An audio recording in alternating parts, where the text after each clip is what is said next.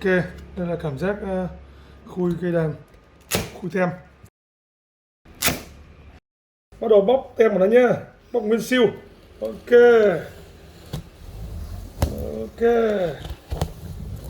tuyệt vời, cảm giác không thể gió mót hơn được nữa rồi. Ok, cái đàn đầu tiên của Việt Nam. Hay xúc động gì đấy.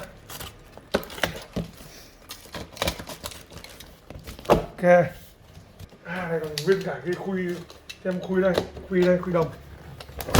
Rồi.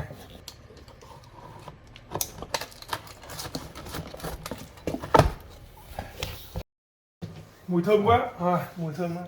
Đây là những cái hình ảnh chân thật nhất của việc khui một cái cây đàn Mông Tết 8 MX8 ra khỏi hộp. Đây là kem của nhà sản xuất Yamaha.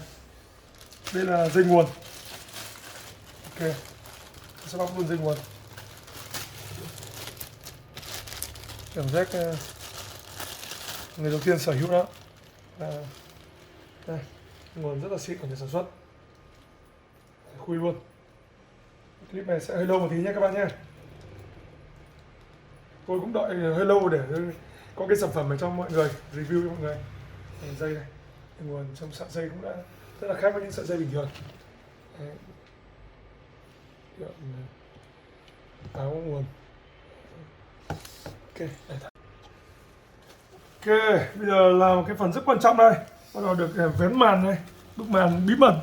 Okay. Wow, tuyệt vời. Yeah. Có mùi thơm nguyên. Ni lông, lớp ni lông. Ok, đây tất cả mặt ni lông và hai đầu hồi đàn này, của màn hình này còn nguyên. Dòng với dòng chữ của nhà sản xuất Mông Tết M8X. Ok, tuyệt vời, bộ phím.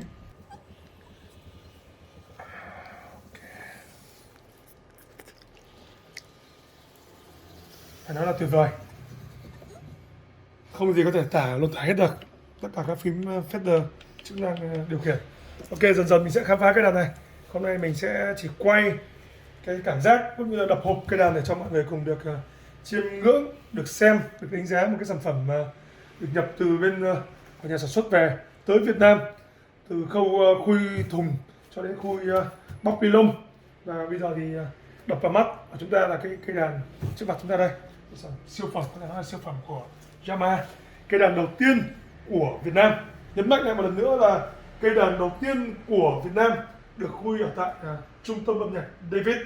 Ok, cây đàn với tên là Mông Tết M8X, đọc theo một cách rất dân dã của những cái nhạc công hay của những nghệ sĩ của Việt Nam. Ok, cảm giác của tôi lúc này rất là bồi hồi, không nói lên lời.